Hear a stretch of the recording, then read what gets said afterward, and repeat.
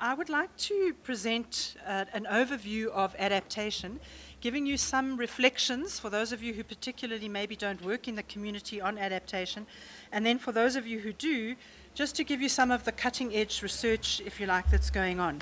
So I'm going to hopefully not take too much of your time, but I'll be available also for questions if you need. So I think many of us have heard of Vittel and others' definition of wicked challenges, the complex problems that we face in society. And obviously these will require maybe complex solutions, although there is a very interesting book out by a man called John Kay, which some of you might want to read. It's called Obliquity. And he argues that maybe solving these complex problems, all you need is a simple solution and not necessarily complex. But you can see that there are a number of challenges that we face: complexity, interdependence, controversy, and we could talk about all of those if we have some time. So the science is quite wicked. And particularly if you're working from the social science, it gets even more wicked, or wickeder, I don't know if there's such a word, because you have to look at cultures, institutions, values, etc. And in the IPCC, as we've continued to grow, we've grown from a physical base all the way through to energy and companies and regulations, etc., and then all the way into adaptation with all the layers of the social science. So it's a huge, if you like, mess of issues that we have to look at. And so I've been fortunate amongst others in the room who've been also working with the IPCC. And the point I just want to make here is that for many of us, there's been quite a strong move from climate as a system, anthropogenic change, through to including the socio-economic issues. But what I want to focus on today, my key message, is what is called integrated risk management. It sounds like, another IR what word, but I think it's important because that's where most of us are trying to focus. And the IPCC started off in its first assessment on impacts and emissions. And now many of you sitting in the room are really interested. I was talking earlier to Pedro and others about coupled models and the oceans, etc. So even in the physical science, it starts to get messier, but more exciting, I think, and very, very challenging as we move into those domains. But one of the biggest challenges I think we have is that we're trying to now talk to policy. And we're trying to talk to practice communities. I've just come from, as I said, the Netherlands, and it was a fantastic meeting. We had civic society, people from practitioner communities and policy meeting together with scientists, and we were trying to discuss the Dutch government, the foreign ministry, are funding big millions of euros into the next round, which is called Advocacy and Lobbying. Now, if you're a scientist, doing advocacy and lobbying is not normally the things that you want to do, but it's very interesting. And here's a couple of ideas. So here is an attempt by the IPCC to use icons to talk to different members of communities, whether they're policy or practice. And what you can see here is just simple icons that we're using to try and communicate. So even in the adaptation field, if you were reading or working with the IPCC and following them, so we tried to look at the science, but what I'm trying to address with you today, and hopefully will leave with you, is thinking around how to convey our complex science going into the future. How do we talk about adaptation that we might have, adaptation deficits, and even going into the future so that we can deal with the complex change? Now, the reason why I get quite frustrated, and Neville says I'm always trying to push the community a little bit, is because I'm getting older. But also we have a problem that is really urgent. And so if you look at the Page's work, they have indicated that, as you know, many of us are trying to stick below 2 degrees. And the scenarios are that if we don't stick below 2 degrees, then we start moving into out of the survival range, and then we have run into problems. So we have an area, if you like, of urgency, a mission of urgency that we need to look at. And if any of you were at the plenary this morning, he spoke about having a vision, and I'm going to now try and swing into some of my visions. So those of you who work in adaptation or even in mitigation will have heard some of these words. You would have heard words called incremental, and the new name of the game now is transformative. So if you want to get funding, you pop in the word transformative, not in every sentence because you won't get the funding, but you try and sneak it in every now and then. You put in resilience a few times, and then hopefully you'll get the funding. But seriously, I would like to leave you with the message of transgression as well, because I think that's important. So I'm going to borrow some slides from very erudite colleagues that I work with and hopefully do justice to them.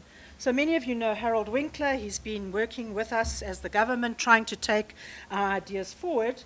And an incremental approach, but also mixed with possibly a more transformative approach, would be how do we bend this dreaded curve to live in a carbon-effective space.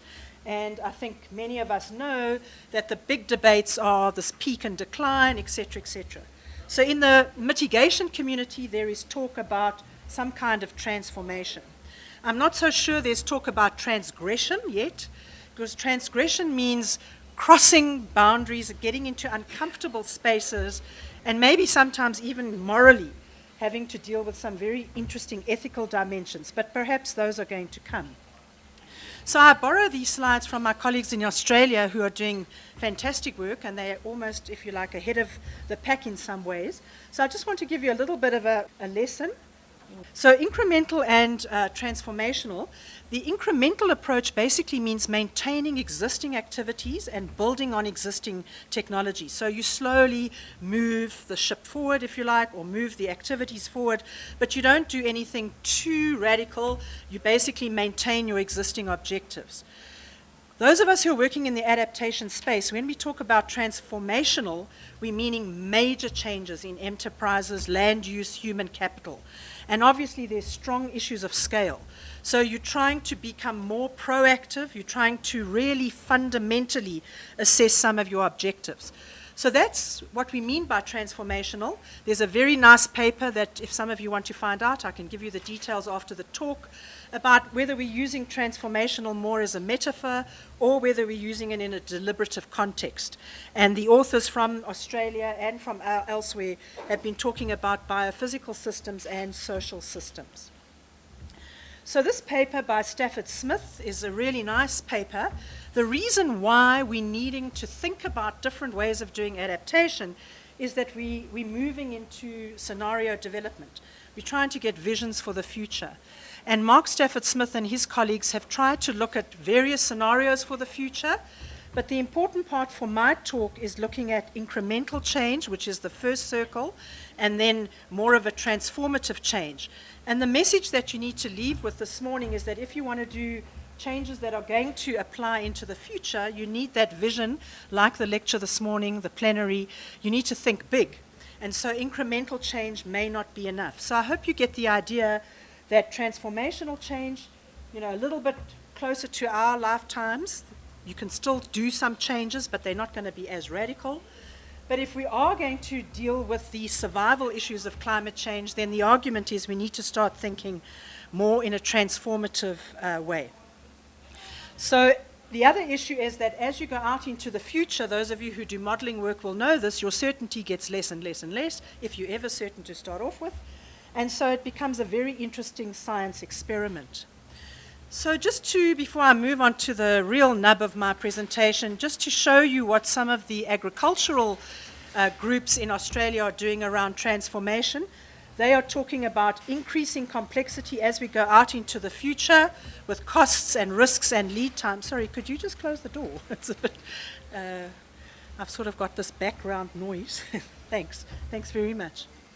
But going out into the future, the agricultural community, thank you so much, are working on looking at what may it take for agriculture. And you can see there that they're talking about varieties of planting times, et cetera, But I would argue that's where the transgressive issues start to creep in, because depending on who you are and whose agenda you're trying to promote, you may get into some serious transgressional issues around changing communities' lifestyles, their livelihoods, etc. Before I get into the transgression issues, just a little bit around what some of the emerging literature is on this issue of transformation, where most of the science is kind of parked at the moment. And you'll see there what scientists are trying to do, and this is work from the global change community, and I'll talk a little bit just now from the CSIRO in Australia, but you'll see what they're trying to do is get this kind of cyclical approach, which basically just means those of you who've worked with communities and in the social science, but even with other stakeholders and actors, you need to be able to structure the problem, know where you're going, And then you need to think about maybe you might have to transgress and move into other areas, move into a different circle. But you may also have to, if you're going to get into transformational adaptation, seriously think about reflecting on your problem as you're going along. So you can go, basically the idea is you can move either in this inner circle, which is more incremental, or you can go into this outer circle, which is more transformative as you try to think big. But the idea is the whole notion that the physical and biophysical scientists, Rockstrom and others, have tried to get into our heads is that we've got to operate in these kind of safe spaces. So trying to nudge yourself back into something that works and not to just go around the mountain, obviously, all the time, round and round in circles. So what has been suggested is the classic adaptation pathway is one where you try and operate in this adaptive space and you try and look at your initial starting point, but you also need to have a vision of where you're trying to go. What I've been suggesting is that ultimately you want to go transformationally into the future, but you might have to start off with some incremental small steps. The tragedy is that you might end up going to a maladaptive space, and then you've got to connect and rethink and try and obviously come back, if you like, and not just stay in that maladaptive space. But I'll just show you a couple of issues that came out of that. So you've got adaptation. You can get into a maladaptive space. You've got decisions and alternative pathways that you need to make as you're going along. Obviously, you can also come to a dead end, so you can get into a lock jam or lock-ins, and that also you don't want to get into. So this is more of a meta-theoretical perspective, if you like, that scientists have been trying to think of. The latest adaptation pathway is a little bit more complicated, and that is as physical scientists start to engage more with social science colleagues, they start to realize that you've got to think about institutions and the ways of how knowledge is created, etc.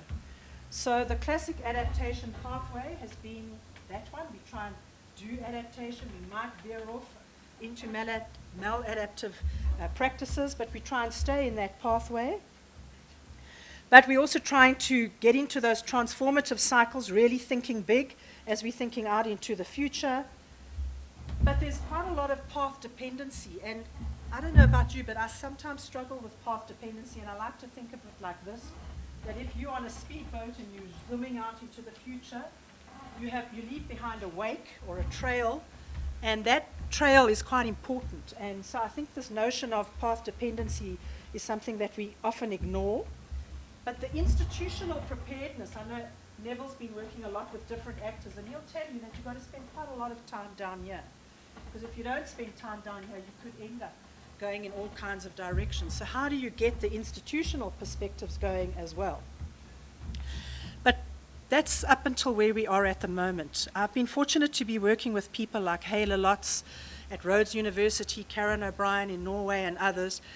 And some of us are saying that's all well and good. It still implies, though, a very technical perspective, quite biophysical. But what about other possible interventions? And this is where the word transgressive is being suggested. We haven't published much on it, but this is what we're trying to suggest. So the argument is that the knowledge that we need for climate change adaptation just from science is not enough. And I think those of us who are humble enough in this room to realize that we need to take that into account. Even if you're doing complex modeling in oceans or atmosphere, very often you can get quite interesting information from local people with tacit knowledge, indigenous knowledge, etc. So the knowledge is not enough, and as I try to show you, even in the IPCC, we realize once we've done the science, we can't just throw it over the wall and wait for people to come and fetch it. We need to think about how we communicate it, etc. So knowledge isn't enough. But what I want to share with you more particularly today is to also explore some of the depth and the nuance. Just like those of you who do physical modeling know, the more you start digging, the more you realize you've got to do some other kind of tweaking and fiddling and components. The same with social scientists. And those of us who work in this field are starting to realize that we need to really start to explore interior perspectives of knowledge. That means how you think as a scientist sitting in this room. Exterior views out there, how society's starting to think. If you were in that plenary this morning, it blew my mind, all the kinds of notions and etc. of flying and security issues, etc. What is the bigger picture? And then also, often when you sit in those kind of contexts, you realize that you've got blind spots. So the meeting I came back from in Holland was really brilliant because we had all these NGOs, civic society, and it exposed my blind spots because I come from South Africa, I think in a certain way, I've grown up in a certain culture, in a certain society, etc. So values. How do you try and see the world in a bigger picture? So for those of you who are familiar, Ken Wilber has done quite a lot of work on trying to think around knowledge, and I'm not going to go into it because it's quite complicated, but suffice it to say I'm going to slow down here a little bit because I think many of us in the room are in this quadrant. We think as system scientists, which is fantastic. We want to bring ecology together with history and so on. Then we realize, you know, that's not enough, because we want to also include culture, religion, philosophy, etc. So we start moving across into a group of other scientists and other perspectives, other societies. And then we want to try and also understand the behavior of different things, not only the behavior of the carbon cycle, but the behavior of us as human beings. You know, how do we also matter in this? But it's this last one, this quadrant up here, that's becoming increasingly interesting, particularly since the Pope gave his encyclical, as you see spiritual movements, and I don't just mean, you know, conservative religions, but also faith-based movements, different behaviors in terms of social media, etc. So people are trying to explore how these things link together. And just to give you a sense of what I'm talking about, I don't want to spend too much time on this, but many of us are in this quadrant down here. We got a little bit of a sense of carbon footprinting and behaviors, etc., etc. We try and then validate it with different other groups. But this is the one that some of us are arguing is where the transgressive stuff comes in, because now you've got to start to really look at what makes people tick, just like you want to understand what makes systems tick. So values, beliefs, mental models, framing is all critical. And if you've been at any of the big meetings at the moment, people are raising this right up to the top. What will make people move around these things? So I promised Neville I'd talk about this because he always has a bit of a jibe with me around this. So one of the approaches is transdisciplinarity. Transdisciplinarity, to try and get a group in the room who will help you get to that left quadrant, has been around for 44 years or so. It's not new, but it's the new buzzword that everyone's latching onto, and it's the next word you can shove into your sentence, fourth down, in your first paragraph when you want to go for funding. But you need to be very careful, because if you're not brave, you don't want to put your head into this ring, because it takes quite a lot of different kinds of efforts to do this work. So transdisciplinarity just simply is made up of scientific, social, and experiential knowledge. So if I can give you an example, when you were trying to learn how to ride a bike, I'm sure your mom or your dad or whoever it did, they put you on a bike, you went pedaling down the road, but when it came time to turn a corner, I don't know if there were many people around saying, be careful of centripetal or centrifugal force. You kind of instinctively pedaled in the right direction, otherwise you would have come seriously short. So this experiential knowledge, how do we untap that, etc. So when seeking a solution to a problem, science, again, may not be enough. And those of you who are in the room who are interested in that will know that there's been a lot of literature on mode 1 and mode 2 knowledge production by Guston, Novotny, Gibbons, etc. Essentially, mode 1 is science as usual. You think of a hypothesis like you were trained. You go out, you try and measure it, you bring it back into the laboratory, so to speak. You present your results, then you think, oh, cook, I better communicate this, so you have a communication thing right at the end of your proposal, and then you maybe throw it over the wall with some educationalists who can maybe help you. Mode 2 is doing it slightly differently, where you try and engage with different knowledge creators, people who might not be scientists. You bring them into the room, so you're not acting as a consultant, you're on your learning journey together, and you try and set the research agenda together. This is not to say that we shouldn't be doing this kind of science. Obviously, some science lends itself to mode 1. We need the scientists sitting in their laboratories sorting out massive solutions to big problems. But mode 2, I would argue, is essential if we're going to try and solve these complex challenges. So to explain it, because I really get frustrated with communities who sometimes maybe we just haven't got time, but we don't go and read the other literatures out there. We just stay stuck in our own domain. And then we kind of loosely use these words, and it can become really problematic. So disciplinary work has been defined by Julie Klein. She does fantastic work. A new form of learning and problem solving involving cooperation among different parts of society and academia. So most of us are trained here in systems dimensions. Either you're a chemist, a physicist, an oceanographer. Then we move into multidisciplinary, where you can't just work with a chemist, you have to go and work with someone else in the sciences, maybe an ecologist to help you. Then you really might get brave and say, I better go and knock on someone's door who's a lawyer and an ethicist. Maybe they can help me with the problems I'm dealing with. But cook, now you've got to get a bit more transgressive. Now you've got to go outside the CSIR's walls and the gates, outside the university's gates, and go and talk to people who you don't normally talk to. And why would you do that? Because you're humble enough to realize you might not have all the answers, and you may be able to get something else out there. I'm making it sound quite simple, but it is an approach that starts to get us into that fourth quadrant that I was talking about earlier. So if I can quickly just show you, I know my time's running out, but traditionally this is how we've been doing science and policy. You hear a lot of us saying, we must get it to policy, we must get it to policy. I would say no, policy is one group. I would say civil society and practice are the next group, and maybe that's the most important group. And if you're wanting to get that knowledge out there, you need different groups, practitioners, boundary makers, brokers, etc. So this is where we started many years ago in the IPCC. This is where we are at now. And holy moly, if we get into that one, we're going to have interesting debates, and we'll have plenaries that go much, much longer than just 1 or 2 weeks. So it's all very well to do some normative statements around we must do this, we must do that. But some of us are trying now to actually do some studies on this. Wellbeing is another new word that everyone puts into proposals because it's the new name of the game.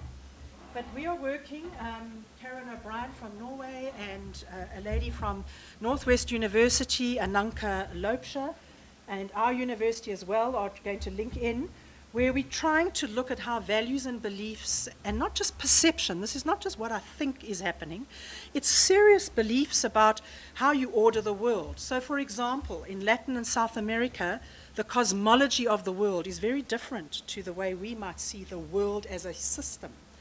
So we start talking Earth systems, but we're thinking of systems much more transgressively, much more openly. So the belief systems that you have influence your perception. So if you believe, as the Christian system does, that you are a steward put on this earth to tend and care for the earth, then you will have a certain inclination to do certain kinds of science. So those things are very important. Yeah. So what we are trying to do is actually go out and work with communities and actually try and measure this using different systematic approaches, Q methodologies in the communities, and that work will be coming out quite soon. The next project I want to just quickly focus on is work that's been done by UCT's Gina Zeervogel, who just received a wonderful accreditation and acknowledgement of her work as an emerging young scientist in South Africa. This is a project called the Flow Project. It's working on a commons transition type of idea. They're working with youth. You can contact her if you need more details. But the reason why this is more transgressive is that they didn't just go and interview the youth and say, what did you think? Then come back into their nice, safe space. They're actually working with the youth. They're working on a community currency. They're trying to get skills development going. And just very quickly, it's in the Piketberg, Berg River Municipality, and also down in Kokstad. And what they're trying to do is look at some of these adaptations across scales, but working with different communities. And I'll just show you very quickly.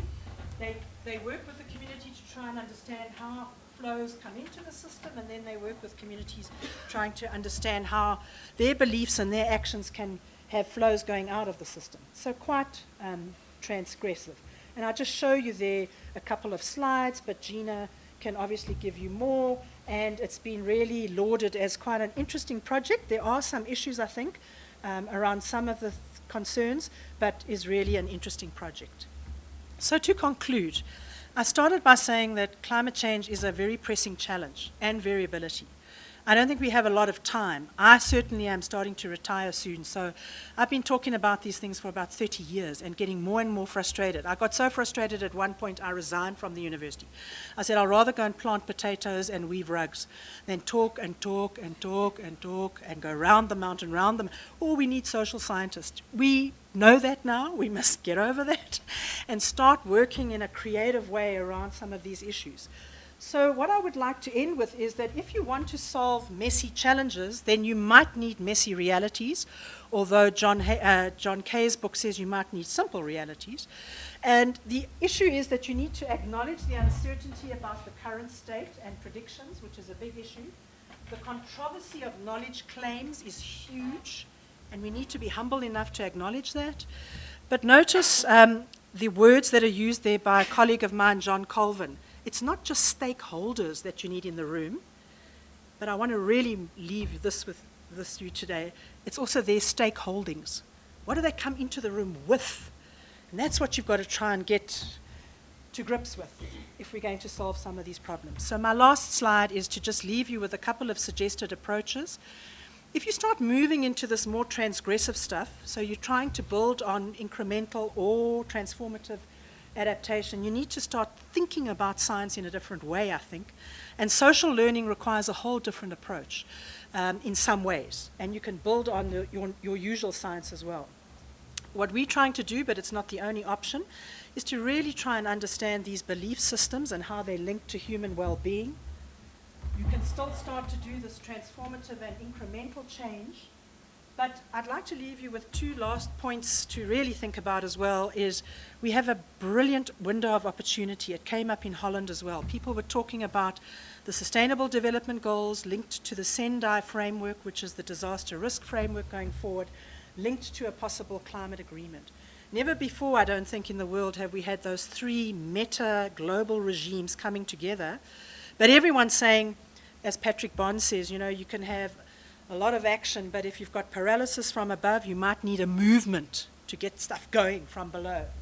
And so if I might be sort of transgressive, I have some funky glasses I was going to put on, but Neville said I couldn't. But if you really want to move into the future, I would argue we need a movement. We need a movement in our science. But I know it starts to cross these transgressive, uneasy boundaries because you're not an advocacy person, you're a scientist. But I do think we can study science on that process. So, for example, at WITS, we've got colleagues who are working on food sovereignty, not just food security. In other words, the rights, giving people the rights to produce their own food, how they want to do it, where they want to do it, with colleagues that they want to work with, rather than maybe just industrial food production. Those are very challenging debates. But there are 150 NGOs in South Africa who have joined to form this sovereignty group. If we at the CSIR or wherever working on food security don't look out the window and say, oh, there's 150 NGOs moving out there, I think we're going to be perhaps not doing our science as effectively as possible. And finally, as I end, there's a global effort also with a number of scientists, you might have heard of it, called Future Earth. Future Earth is the old traditional programs, Global Change, IGBP, IHDP, the Human Dimensions, Biodiversitas, etc. They formed into a thing called Future Earth. And guess what? Their mantra is transdisciplinarity. And they're trying to spearhead some thinking around transformation. But my final parting words are the transgression and the transformation has to begin here, inside us. Otherwise, we can keep doing this and going round and round and round. And I'll be coming in with a walker and a cigarette maybe coming out of my neck saying, did it change? Did we do anything differently? And I hope I don't have to do that. Thank you very much. Thank you. Thank you, Coleen.